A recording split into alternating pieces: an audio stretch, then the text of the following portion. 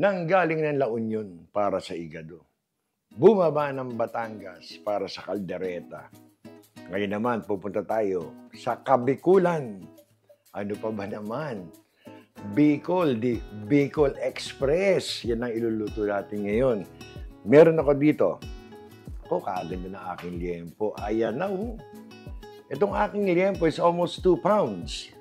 Ganda. Hiwang ano lang, hiwang adobo nung pinahiwa ko. So, yan ang ating gagawin. Ang tanong, napakasimpleng lutuin, napakadali. Paano natin pasasarapin? Ito yung isang masarap ng lutuin. Kailangan medyo mas pasarapin pa natin. Yan ang didiskapihan natin. Kaya pagbalik ko, luto na tayo.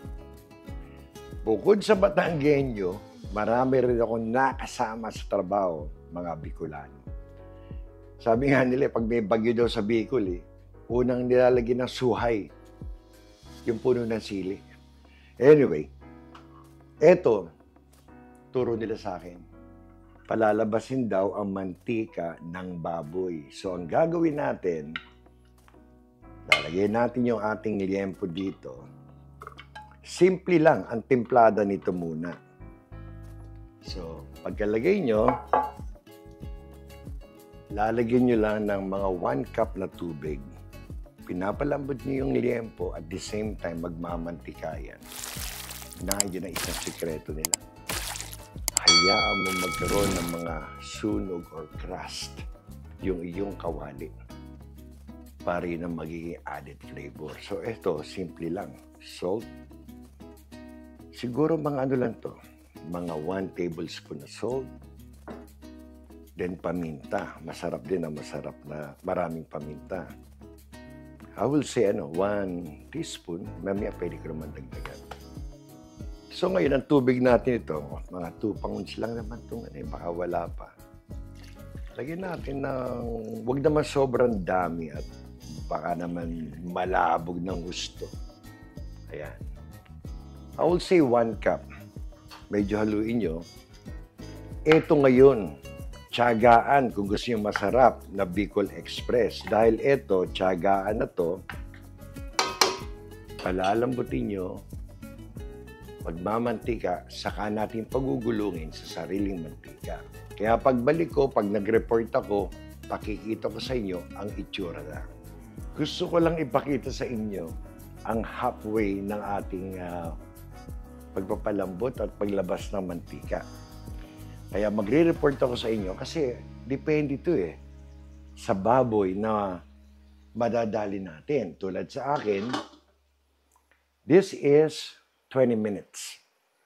In 20 minutes, nagsisimula ng lumabas ang mantika. Ayan na. So, sa inyo, pwedeng 15 minutes, pwedeng 25, pero ganito ang hinahanap ninyong paglabas ng mantika at patuloy niyong ibabrown to. At huwag kayong mag-alala kung magkakaroon ng mga sunog sa mga gilid ng kawali or parang crust. Yan ang magbibigay ng kakaibang flavor sa ating Bicol Express. Yan ang hinahanap natin. Kaya huwag yung madaliin, pagulungin nyo lang sa sariling mantika. Salt, pepper, yan ang ating hinahanap. Okay, pagbalik ko, iba na itsura nito. After 10 minutes lang, ito na siya ngayon. Mag-iingat kayo kasi magsisimula ng tumalsik ito Dahil pinipirito nyo na sa sariling mantika. Oh. Marami ng sunog. Yan na. Sus! Ito yung sinasabi ko, mag-iingat na. Ang isang estilo dito, medyo hihinaan nyo ng konti. Habang malakas yung inyong apoy, mas may tsansang pumilamsik. Pero nakikita nyo ba, Ayan na, At ang daming mga sunog or crust dun sa kawali. Yan. Yan ang ating hinahanap, yan ang ating ginagawa. Okay. Right now, pwede na nating igisa. Unang-una ang ating ginger, palalabasin agad natin ang lasa at aroma ng ginger. Wala akong dinadagdag na mantika. Sariling mantika niya to. Ayan na. So, ginger muna, then isusunod natin ang bawang. Sunod natin ang bawang. Dami kong bawang. Masarap to. Maraming bawang eh. Ayan, oh. Ayan. Ganda. Okay. Ganda ng ating gisa. Sinisip ng mga aromatics natin yung mantika. Natutuyo siya, oh. Ang ganda. Itong ating onion, magre-release ng ano yan eh, parang oil din, kaya medyo dadali ang paghahalo. Eh yung sili, ito yung Thai chili pepper. 4 lang, okay na yan. Sumama dun sa naki-ride on sa ating sibuyas. Ayan na. Sabay ko silang nilagay, ha? Ang onion, saka yung ating siling maanghang. Ayan na. Right away, mararamdaman ninyo, dumadali ng haluin. Naaamoy ko na lahat ng aromatics natin, ha? So, basta haluin nyo lang, maging translucent yung inyong onion, then magdadagdag pa tayo ng seasoning. Okay, sa ganitong stage, makikita nyo, pwede ko lagyan ng konting patis. Ito mga lang, 1 tablespoon. Nako, ayan na, gumanda na naman. Then, i-enhance natin ng konti. 1 scoop lang ng pork powder. 1 teaspoon. Ayaw natin baka mapaalat naman. Ayan na. Na-enhance na ang mga flavor niya. Kailangan natin ng konting oil, pero hindi mantika ilalagay natin. Budbura natin ng konting chicharong duron. Mag-a-add ng flavor yan. Konti lang. Kalkulahin nyo lang. Siguro to mga 3 tablespoon. Ayan. Ito mga 3 tablespoon lang yan. Para magkaroon lang ng kakaibang flavor. So, again, halo uli ha. Ayan na. Pagbalik ko, meron tayong ilalagay na masarap na pampalasa. Napakaganda ng ating gisa. Yung ibang mga sunog, sumasama na, natutuklap na, ang gandang flavor niyan. Ngayon, lalagyan ko siya ng alamang. Itong alamang ko na to, ito yung gawa ko, sarili kong gawa. Pag ang ilalagay nyo alamang ay hilaw pa, kailangan mag-gisa nyo ng maganda para hindi malansa. Siguro to mga 1 tablespoon. Lalagyan ko ng mga 2 tablespoon. Yang aking alamang na yan, again, yan ay nagisa na. Kaya medyo pagugulungin ko lang ng konti, ilalagay na natin yung gata at tayo maghihintay. Ito na.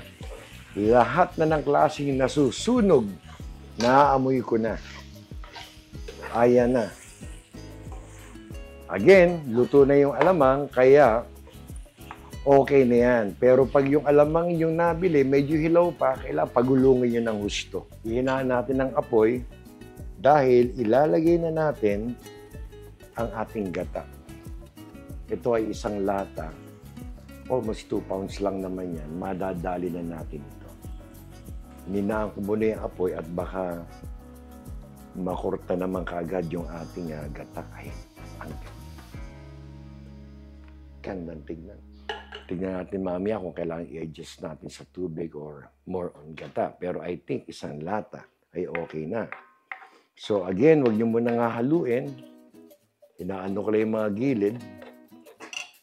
Pagbalik ko, pakita ko sa inyo kung na itsura. 10 minutes. Ang halimuyak. 10 minutes. Nagmantika na. Nako, napakabango. Hindi ko na alam kung ano naamoy ko. Chicharon, alamang, mga nasunog na kung ano-ano. Ito po, in 10 minutes, ay palambot na. It could be 15. Depende tayo sa nabiling baboy. Tikman natin. May gusto kong ilagay kasi. Ito. Ambang.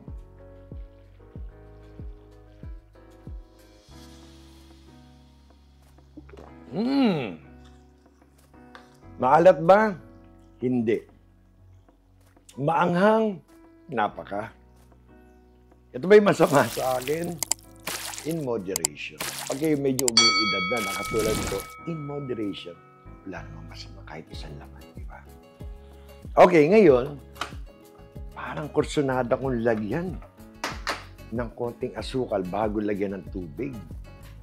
Lalagyan ko ng konting tubig para lumambot pa, baka matuyo naman yung ating gata. Siguro na lang 2 teaspoon, isa. O kontrahin natin yun. Yung mga kakaibang lasa, patatamisin natin ng konti. Pagbalik ko to, done na to. Okay, medyo haluin natin ng konti, lalagyan ng konting tubig, napakaganda. Nakita niyo ba? Oh, ito ha. Ayan, nakita niyo kung paano magmantika na yung gilid? Hindi pa, wag muna. 1 cup, too much. Baka naman ano lang. Less than 1 cup. Parang 1 cup. Medyo tantyahin nyo lang ng konti. Ayan na. Hahaluin ko to. Pagbalik ko sa inyo, lalagay ko na ibang mga sili na pang-garnish natin. Okay, so halu-haluin lang, takpan. I don't know kung sa inyong malambot na, pero ito sa akin na baboy, I will say 10 to 15 minutes, this is done. At lalabas na yung mga mantika ng gata. Ito na ang oras ng katotohanan. Naku po! Patay tayo dito, men! Ayun na, oh. Tingnan natin kung malambot, ha? Pwede na. Pwede na, oh. Ayan na, Diyos ko. Nagmantika na, oh. Nakikita yung mantika sa gilid. Yan. Yan, mantika ng gatayan.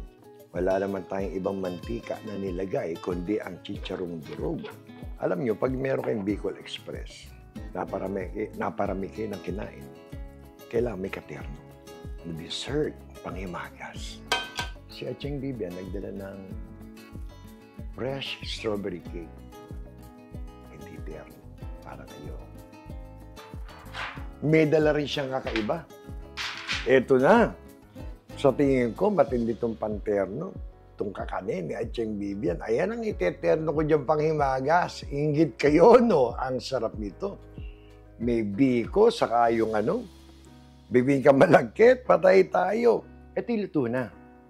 Itong ating serrano pepper. Majangjang. Huwag yun ang patatagalin para siyang garnish at the same time, ang gandang tignan. Ayan na. Yung mahilig kumain na maanghang, pwede lang kunin yung serrano pepper na yan. Kung ikaw naman, okay na sa'yo ang hang na yan, iwasan mo na. Ayan na. This is done. Ayoko nang kumatas pa ng husto yung anghang ng serrano pepper. That is my garnish. At the same time, ang gandang tignan. Ito na. Galing pa sa ilalim. Ito po ang ating Bicol Express. Salamat sa mga Bicolano. Ito na naman ang isa pang pamana sa atin. Napakaganda. Napakabango, napakasarap. Kainan na to. Ayan na, lagyan muna natin dito. At tayo magpasalamat. Muli, isa na namang mapagpalang araw para sa inyong lahat. Salamat sa Diyos. Tayo may masarap na Bicol Express. Kayo po'y mag-iingat. Hanggang sa muli. Salamat.